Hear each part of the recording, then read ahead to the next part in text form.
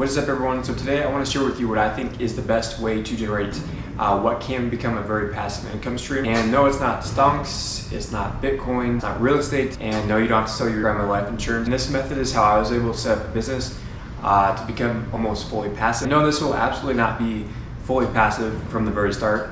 Nothing in life is that easy. But once you scale to multiple units, set up systems around those units, this is one of the more passive business models that I've come across. So what's this method that I'm talking about? So something called Airbnb rental arbitrage, and it's basically where you rent an apartment, house, boat. Really, the sky's the limit on what is out there on Airbnb. And then you rent that space out long term.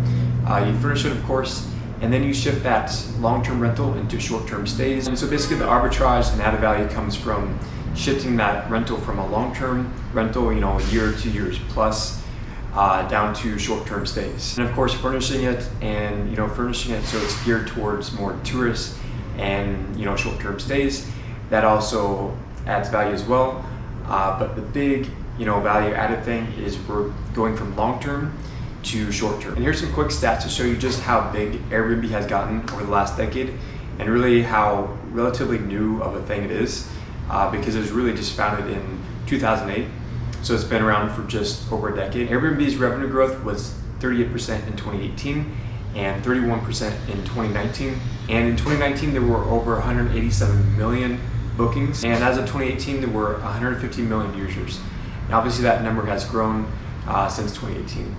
2020, I think all those stats took a hit with COVID. The whole travel industry really got destroyed in 2020. I actually think it fared a little bit better than Booking.com and sites that were more geared towards hotels. Because with hotels, there were really zero hotel stays in a lot of places.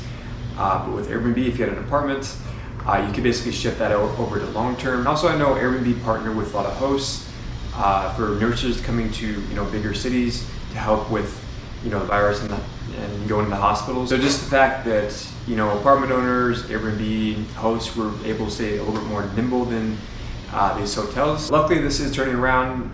Slowly we're getting travel back. New vaccine was just announced. So this is all huge news, and I fully expect us to, especially with the vaccine, us to fully bounce back in 2021. There's a lot of amazing opportunities right now, just with how hard these big cities got hit with pretty much no tourism. Right now in Medellin, there's for sale signs, for rent signs everywhere, especially in the tourist areas. So right now I am in the process of picking up quite a few units. Yeah, really using this as an opportunity because I was lucky enough to shift all my units to long-term stays. So I was able to stay afloat that way. Now I'm really gearing up for the bounce back that I think we'll see in 2021 with travel. So this video is not just some sales pitch to get you to buy my course. Link down below, because honestly there are many other courses on this topic, and heck, you don't even need to buy a course. You can just start out kind of like I did. I didn't buy a course, but I made a lot of mistakes along the way, which cost me a lot of money in the long run. And if I had bought a course in the beginning, I probably would have saved quite a bit of money in the thousands of dollars, just with some of the mistakes that I made, and also that I was not able to scale as quickly. I had to learn everything as I went along. So that's why I made the course, was so if someone else is wanting to get started, interested in getting started in this business model, it's really more to show you things not to do. Of course, I give you the entire formula of how to start and scale and everything to do. But I think the more important things in that course are what not to do, and basically to save you time and money from not making the same mistakes that I did. Just kind of fast forwarding the learning process. So you can scale and automate that much quicker. So this video is to genuinely show you how to start an Airbnb business and why this is better than traditional real estate, how much it costs to start up a business like this, and also how you can scale and automate this to be almost fully passive. And yes, you'll have to put some work up front. Again, nothing in life is that easy, but once you scale, set up systems around those units, this can be almost fully passive. Now let's start off with why I think this business model is better than traditional real estate. And when I say traditional real estate, I mean, buying a house, a property, putting a down payment down, and then renting that out, month by month to a tenant. And so with the business model of traditional real estate, you are buying. And so when you buy, you are putting down a down payment. And with investment properties, that is 20%. So say you buy a $300,000 house, that is a $60,000 down payment. right away out of your pocket. So the upfront costs and the startup costs are massive with traditional real estate. And that's not even considering all the other costs that come with buying a house, like real estate costs, closing costs, lawyer, accountants, everything that comes along with traditional real estate. And also houses are huge money pits. There's always things that are needing repaired. Now, another thing you need to consider with that down payment, for an example, $200,000 home, that down payment would be $60,000. Not only do you have to have $60,000, in your bank account to pay for that down payment, but you have to consider the opportunity cost of that capital. So, very conservative investments, say in the stock market, historically generates about 10% per year. So at 10% per year, that's $6,000 every single year that you're basically missing out on. So using that 10% per year, as a conservative example, obviously you can put that money in other things, more active things, and generate a much higher return. And this opportunity cost of capital is something that I think, not a lot of people really think about, consider, but I think it's, one of the more important things to consider in really any business or investment decision. And so now let's compare this traditional real estate model to the Airbnb rental arbitrage business model. So the capital required to start an Airbnb business is basically the cost to furnish the place and first month's rents, usually in security deposit. So let's take, for example, an apartment that you're paying $1,000 a month in rent. So right there, 1 month's security deposit, that's $1,000. And then on top of that, you have the cost to furnish the place. So completely unfurnished apartments, you're looking at anywhere from $1,000 to $5,000 plus to furnish it. It really just depends on how in depth you go into furnishing it, how good of quality the furnishings are. Obviously if you're going for a more upscale feel and furnishing it with more modern and upscale furnishings, it's going to cost more, maybe $10,000 to furnish an apartment, but it can also be much cheaper. For example, I picked up a studio apartment that was almost fully furnished. It had the fridge, it had the bed, had the sofa, all the major appliances and furnishings were already there.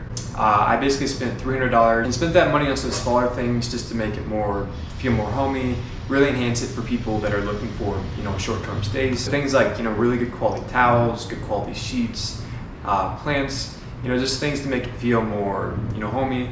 Because when people stay in Airbnbs, they're staying there because it's not a hotel basically. So they're looking for things that make it feel more like they're at home, just a more comfortable feeling really than your basic hotel. But on average, I would say, $2,000 to furnish a place for, your basic apartments. And then, first month's rent, so say $1,000. That's $3,000 right there. So, obviously this, $60,000 in traditional real estate for down payment versus $3,000 for, furnishing an apartment. This is really what allows us to scale and scale very quickly. Just the fact that we're not having to spend all this money on down payments and tying up all that capital. We can take this capital and just shove it straight into other apartments. When you can do everything for less than $5,000 for one apartment. So to get to 10 units with traditional real estate, you're looking at $400,000 in down payments versus with Airbnb arbitrage, say we're spending $5,000 on average, and that's on the high end as well, to furnish and first month's rents for these apartments. $5,000 times 10 units, that's $50,000. $50,000 versus $400,000. That's a huge difference, and that's really what allows us to scale. Again at a much faster pace. Again, this is very active up front. Just the whole process of finding the units, furnishing the units, and setting up your system around your apartments and units is really where the bulk of the work is going to come from. Once we do have a portfolio of units and we set up systems around those units, hiring cleaning crews, repairmen for when things break, and also personal assistants to help us with messaging on the platform and all the logistics that go along with managing those bookings. This is where we automate it and where it becomes almost fully passive. Of course, you're gonna have to check up on it, check up with your personal assistant, whoever you have hired. Note though how I say, almost fully passive. Nothing in life is really fully passive. The only things that are, fully passive really are things like dividends from stock income, interest in a bank account, intellectual property, things like that. But you also have to realize passive income from things like, stocks, bank interest. It took a huge amount of effort to get that way, to get passive. To acquire that capital in the first place to invest in things like stocks that in turn generate passive income from returns and dividends. Acquire that capital, that person would have had to put in a huge amount of effort, whether it be from selling their time to a company or giving out huge amounts of value, starting a business, things like that. So all those things were in its early infancy stages were very, very active. To acquire capital, you have to give out value, you have to sell your time to a company. You're probably asking, if it's that easy, why isn't everyone doing it? Well, the first point I want to make is, as I said before, it's not that easy. Up front, you're going to put up efforts, put up time. It is very active up front. It's only, if we're smart about it. Some people that have these Airbnb businesses, they're very active in it.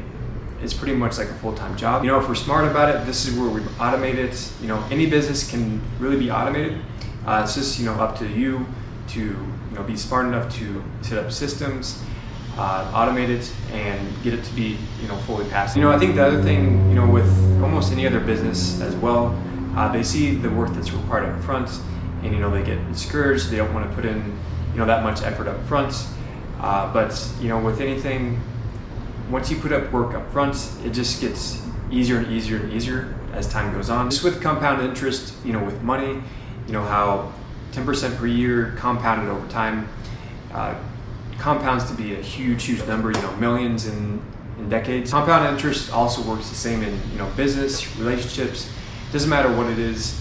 Once we spend so much time, so much effort on one thing, if we focus on one thing, that compounds over time, and that's where we see our huge returns, whether it be relationships, money, whatever it may be. You just have to stick at it. And another point I want to make is that it's still a very new business model. Airbnb has only been around for a decade, just over a decade. It started in 2008.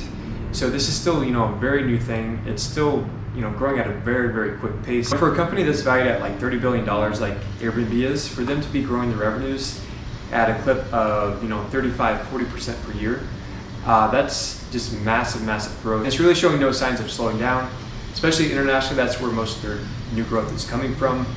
US, I still don't think it's saturated, but most of their new growth is coming internationally. I was able to set up and scale my Airbnb business in Medellin, Colombia.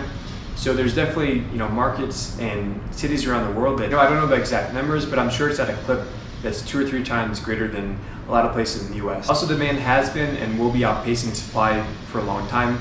Actually, if you look at the prices of Airbnbs in some cities, it's actually more expensive than a lot of hotels. This is due to the fact that there's really just not much supply out there in a lot of these cities. The fact that people with studio apartments, 1-bedroom, 2-bedroom apartments are able to charge $100, $200 a night really just goes to show how how much demand there is out there. Right now I think we're really still at that exponential part of that growth curve, just with how it's exploding internationally. I truly think that Airbnb will grow for years and decades to come. So this is something that's really not saturated yet. Maybe in a decade it will be. That does it for this video, guys. I just wanted to shed some light on new business model, probably a concept that a lot of people have not heard about or thought about. This is how I was able to escape my 9-to-5 job, how I was able to live abroad, travel abroad. And it's not all sunshine and roses, it's not all that easy.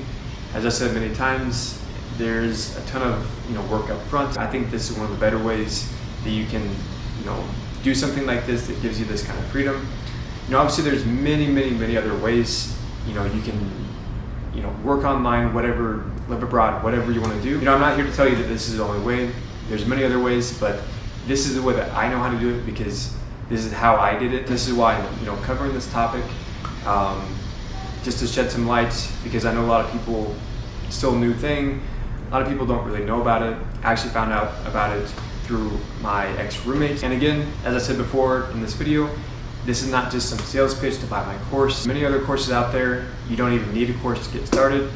There's a ton of free info out online, on YouTube, things like that. Course is really only for people that want to, supercharge their growth, scale quickly, and also not make the same mistakes that I did. And I do plan to give out a lot more free information on this business model on this channel.